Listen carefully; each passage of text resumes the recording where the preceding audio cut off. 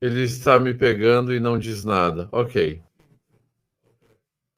A próxima pergunta é da Lilian. Por que o milionário turco deu dinheiro a Andrew?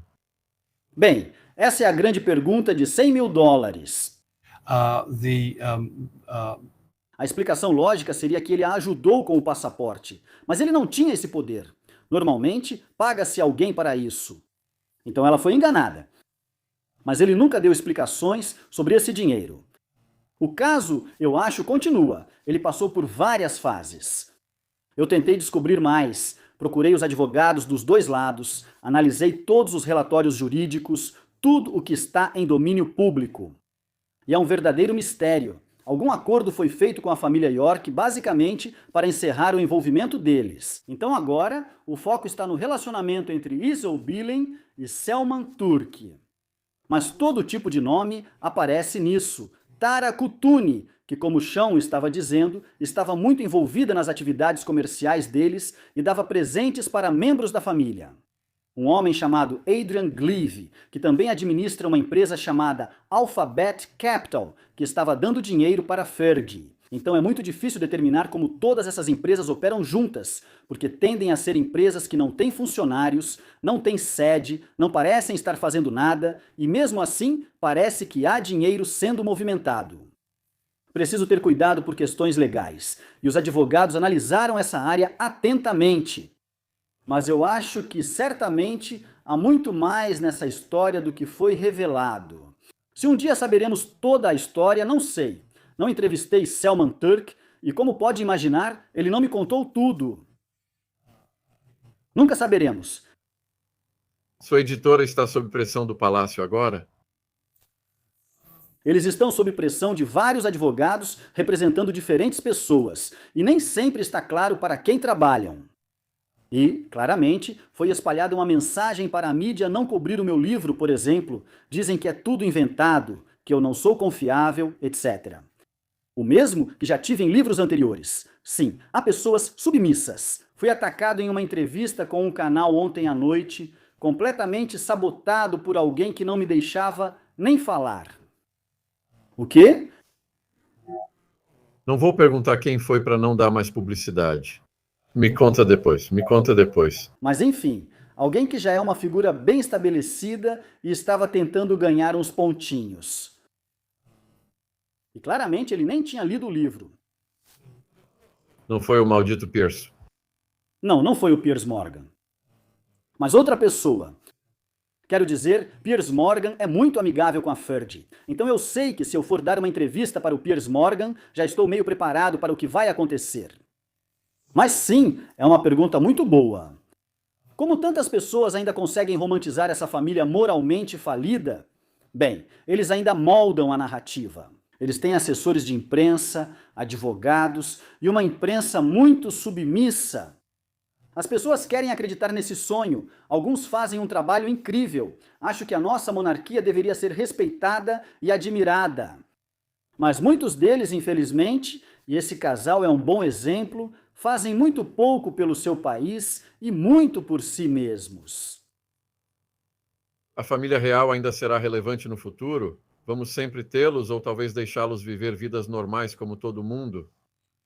Bem, sabe, quem sabe? Outras monarquias já colapsaram e nós somos um dos poucos sobreviventes, mas tem sido muito resiliente. Passou por muitos escândalos, muitas mudanças. Quero dizer, uma das suas forças é a capacidade de evoluir.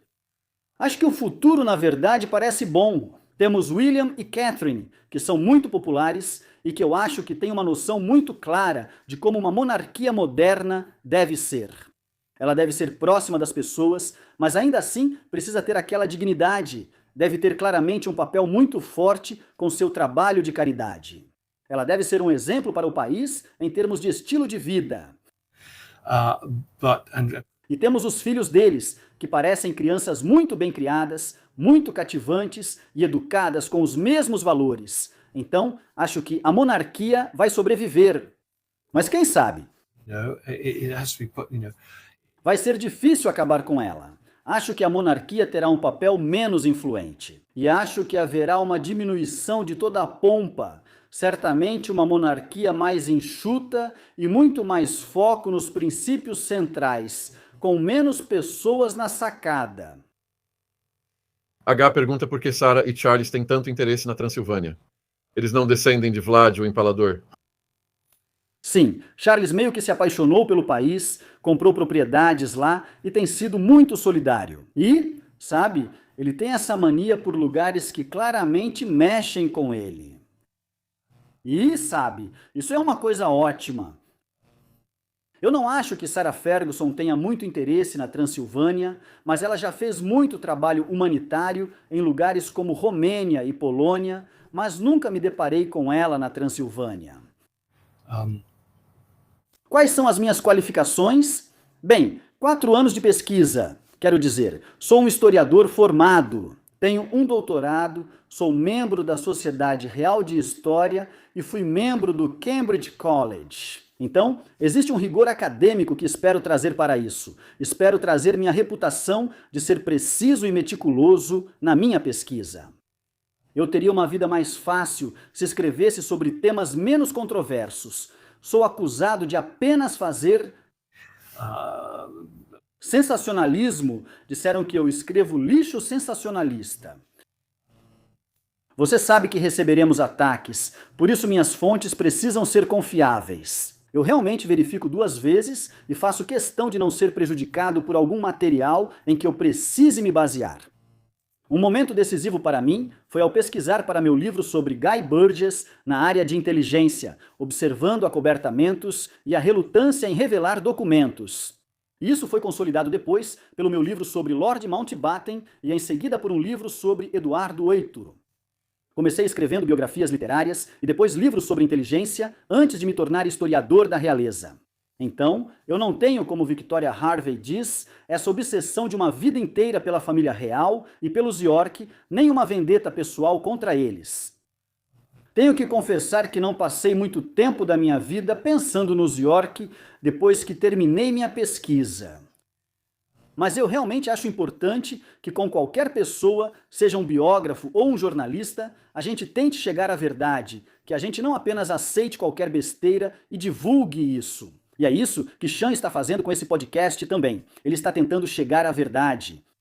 E eu só queria que mais pessoas apoiassem isso, apoiassem a liberdade de informação e as organizações e as pessoas que estão dispostas a atacar a versão cuidadosamente moldada da nossa história e o que eu chamo de censura.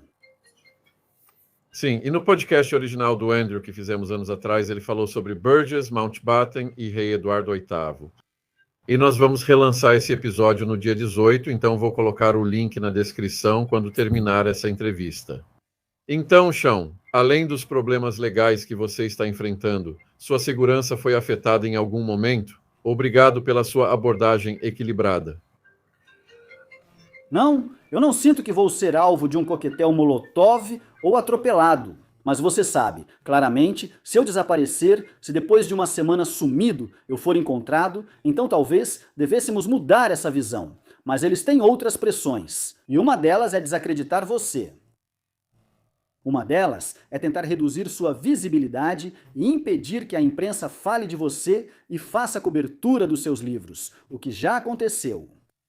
E claramente, pressão financeira através desses processos, dessas abordagens legais para tentar intimidar e assustar a pessoa. Mas tudo o que isso faz é me deixar ainda mais determinado a contar a história, a revidar contra essas pessoas e dizer que não vou ceder a esse bullying e que vou encontrá-los no tribunal com prazer. Claro, essas coisas ficam caras e esse é o problema. Mas eu tenho a vantagem, com este livro, de meus editores serem muito solidários e, na verdade, enfrentarem esses processos em meu nome. Leva anos para escrever um livro e, de repente, ele fica pronto e você aparece na mídia esta semana. Você acha isso empolgante ou exaustivo essa semana? Um pouco dos dois. Este é só o 2º dia de entrevistas para a mídia. Eu estava sob embargo até ontem. Tenho um emprego integral como agente, então precisei fazer isso entre entrevistas ontem. Muitas pessoas entrando em contato. E é emocionante, é bom ver a reação. É legal quando as pessoas apoiam e reforçam o que você encontrou. Tom Sykes, jornalista do Daily Beast, tem sido muito solidário. Ele disse: muitas dessas histórias eu já conhecia, mas não podíamos noticiá-las. Agora vou torná-las públicas eu mesmo. Então você não sente que está sozinho nisso e que é um alvo fácil. Então sim, isso é bom. Uma das coisas que ocorreu após minha participação no programa foi a quantidade de pessoas, tanto no Twitter quanto me contatando diretamente, dizendo que foi horrível o que aconteceu e como fui tratado. Não deixe isso te abalar. Essas pequenas coisas fazem diferença. Sabe, nós fazemos parte de uma grande comunidade que acredita na verdade e em responsabilizar pessoas poderosas. E isso é uma das coisas realmente boas nisso. Agora, eu realmente acho que Epstein se matou? Não, eu não acho. Acho que, pelas evidências que vi, e incluí algumas no livro, fica claro que muita coisa está em domínio público. Acho que nem os advogados dele ou qualquer um acreditam que ele se matou. Não sei qual era a segunda pergunta, Sarah, pois não terminei de ler. Nós tivemos uma entrevista com Mark Epstein na semana passada e ele é categórico ao dizer que deveria haver uma investigação de homicídio. A outra era sobre o nome Loney. É de Looney? O nome Loney vem do nordeste da Escócia. Mas você está certo, existem variações com ramos da família na Irlanda, então há um pouco de sangue irlandês. Você está certo. Você pode explicar por que a Lei de Liberdade de Informação tem o poder de manter arquivos em sigilo por tanto tempo? Afinal, a verdade importa. Bem, a liberdade de informação serve justamente para abrir os arquivos. O problema é que no momento a liberdade de informação está meio que andando para trás. O motivo de tantos arquivos estarem selados são as exceções previstas na lei que podem ser interpretadas conforme as autoridades públicas desejarem. Eles podem te acusar de estar fazendo pedidos abusivos se você perguntar demais. Eles alegam que analisar todo o material seria caro demais, usando isso como justificativa. Eles podem se esconder sob alegações de segurança nacional, saúde e segurança, dados pessoais ou relações exteriores. E claro, a família real tem isenção própria, então não podemos ver nada sobre eles. Então precisamos de uma reforma da Lei de Liberdade de Informação. Precisamos de uma aplicação muito mais efetiva. O comissário da informação é muito fraco. Quero dizer, eles têm os poderes, só estão escolhendo não exercê-los. E nós só precisamos de mais pressão dos tribunais, do público, do parlamento e da mídia. Essa é a única maneira de as coisas mudarem. Então, Starmer estava se gabando para Trump de que temos uma excelente liberdade de expressão neste país. Você acha que não é o caso? Não acho que temos. Vejo isso no setor editorial. Editoras com receio de publicar livros. Tenho um agora sobre Farage. As pessoas têm medo de publicar o livro por causa de difamação e simplesmente pelo incômodo de lidar com qualquer ação judicial vexatória que possa surgir. É muito mais fácil para a imprensa fazer jornalismo de estilo de vida, jornalismo leve, do que fazer investigações contundentes, que são caras tanto para empregar jornalistas quanto pelos custos legais. Então essas coisas não estão acontecendo. As pessoas têm cada vez mais medo de falar por receio de serem canceladas. Ou eu vejo isso até mesmo com historiadores da realeza, que não ousam se destacar por causa do poder disso, porque perderiam acesso a fontes importantes de informação. Então, isso é bastante deprimente. Sabe, eu espero que o pêndulo volte e que as pessoas percebam o quanto nossa liberdade de expressão é preciosa e que não devemos abrir mão dela. Nós vemos o que acontece nos Estados Unidos agora, e isso deveria nos fazer refletir. Dan Bongino afirmou ter ficado enjoado com o que viu nos arquivos, porém nada foi feito. O que você acha que ele viu? Bem, quem sabe, mas acho que é preciso muita coisa para causar repulsa até em um alto funcionário. Sabe, eu acho que claramente havia fotos de coisas bem horríveis acontecendo, ou vídeos, sabe, claramente envolvendo meninas jovens. Acho que isso foi o que possivelmente chocou.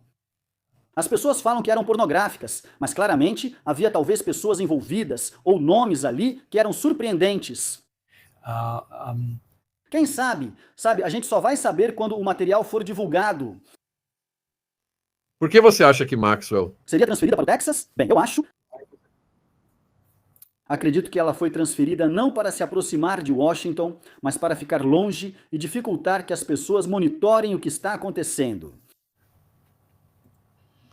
Certo, exatamente quem é Lady Victoria Hervey? Ela não namorou o príncipe Andrew em algum momento? Sim, ela afirma isso. Eu não encontrei nenhuma evidência que comprove isso.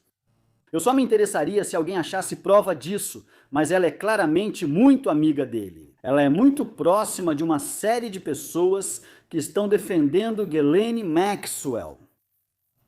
Os irmãos Maxwell estão pagando um assessor de imprensa para divulgar essa história de que Maxwell é inocente, Andrew é inocente e Virginia Gifford é uma mentirosa.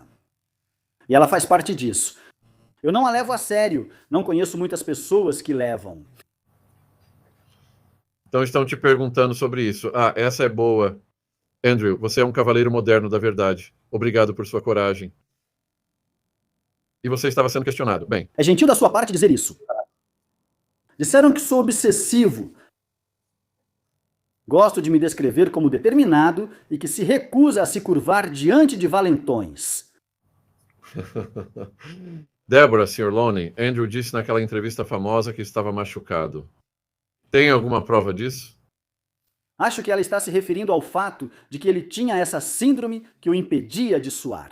Mas como todos têm apontado, há várias fotos dele suando no ano 2000 e ninguém nunca tinha ouvido falar desse problema em particular.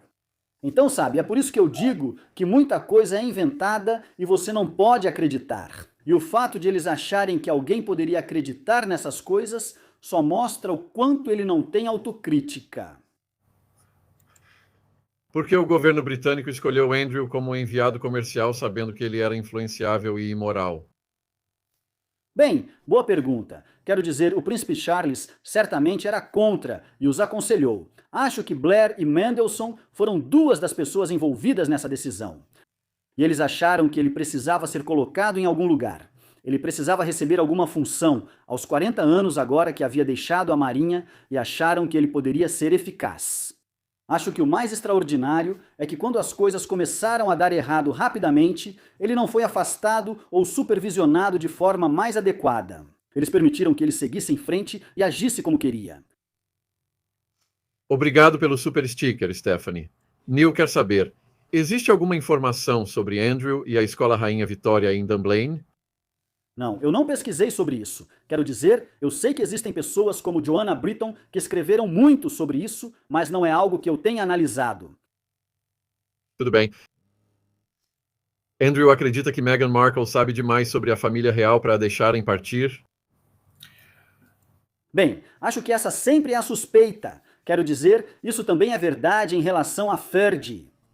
E é por isso que elas são mantidas por perto. Quer dizer, exceto que a Meghan não está sendo mantida tão próxima no momento, ela foi meio que colocada de lado. Mas sim, quero dizer, a Meghan já deu a entender que tem histórias que poderia contar. E, você sabe, isso deve ser uma preocupação para eles. Estão te perguntando sobre o processo de decisão em relação ao Savile receber o título de cavaleiro. Isso mostra uma imoralidade, sabe? Eles não consideram esse tipo de ofensa como tão grave assim. O sistema de honrarias deveria ser independente e passar por um comitê independente de honrarias. As pessoas podem fazer recomendações. E pelo que eu entendo, se a família real faz uma recomendação, ela tende a ser aprovada. Acho que é claramente aí que está o poder deles. Você pensaria que haveria uma devida diligência para evitar problemas e constrangimentos.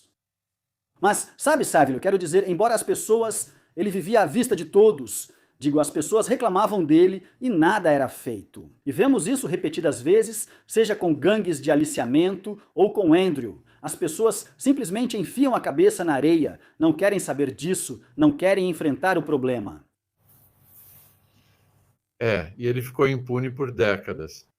Andrew, respondemos tudo. Quer deixar uma mensagem final aos espectadores? E o que eles podem esperar ao clicar no link e comprar seu livro? Bem, quero dizer, a edição britânica vale muito a pena. São 11 libras, metade do preço. Tem 4 encartes de fotos. Acho que cerca de 60 páginas, todas em cores. É extraordinário. Não entendo como alguém lucra com esse livro. Então vale muito a pena. Alguém muito gentilmente descreveu como se fosse uma manchete em cada página. Então, só conseguimos arranhar a superfície do que está no livro. E por isso espero que você queira ler e descobrir o que mais tem lá.